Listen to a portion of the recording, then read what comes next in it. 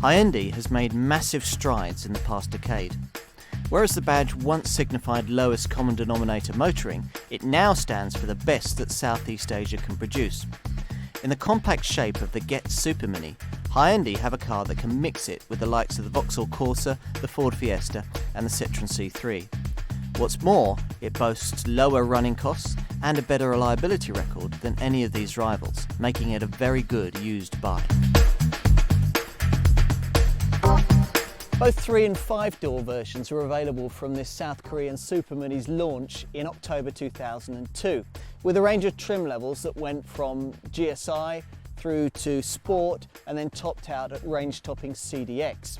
Now, engines. There was a choice of 3 petrol engines to start with, a 62 brake horsepower 12 valve 1.1, an 82 brake horsepower 12 valve 1.3 and 105 brake horsepower 16 valve 1.6.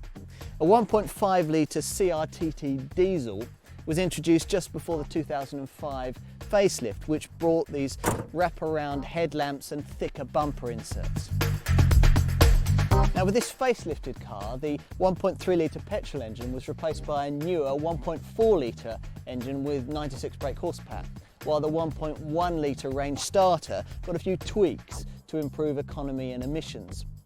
The diesel, the 3-cylinder diesel, was replaced by a couple of diesel engines developing either 87 or 109 brake horsepower, and both are capable of returning about 60 miles to the gallon.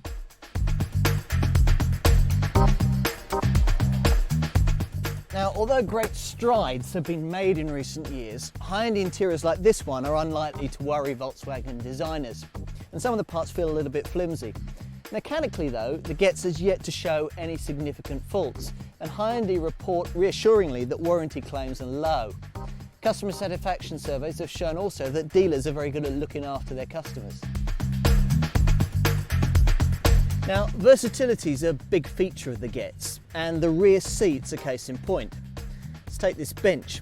It reclines and it splits in the conventional fashion.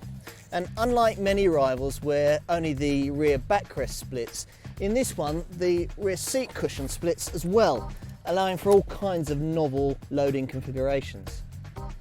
Now, one of the downsides of such a system is often a compromise on safety, but Hyundai have ensured that all 3 rear seat occupants get proper 3-point rear belts. All models also get anti-lock brakes with electronic brake force distribution, and there's twin front and side airbags too. At 3,800mm long, the Getz is simplicity itself to park, and the 1,660mm of width make it easy to slot through gaps in the traffic. It's also, despite those compact dimensions, realistic transport for 5, as long as those 5 aren't rugby players.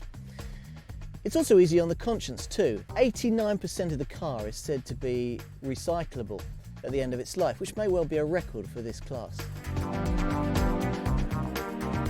Performance of all engines is lively, even the 1.1 litre car able to sprint to 60 miles an hour in a respectable 15.5 seconds, although the 1.6 litre car is really worth going for if you like a little zip.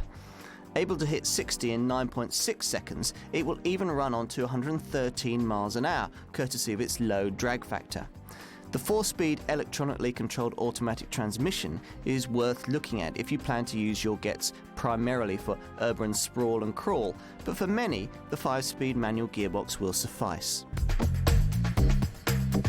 Although it's not a car that's going to create too many headlines, the Getz is a Hyundai you can really take pride in.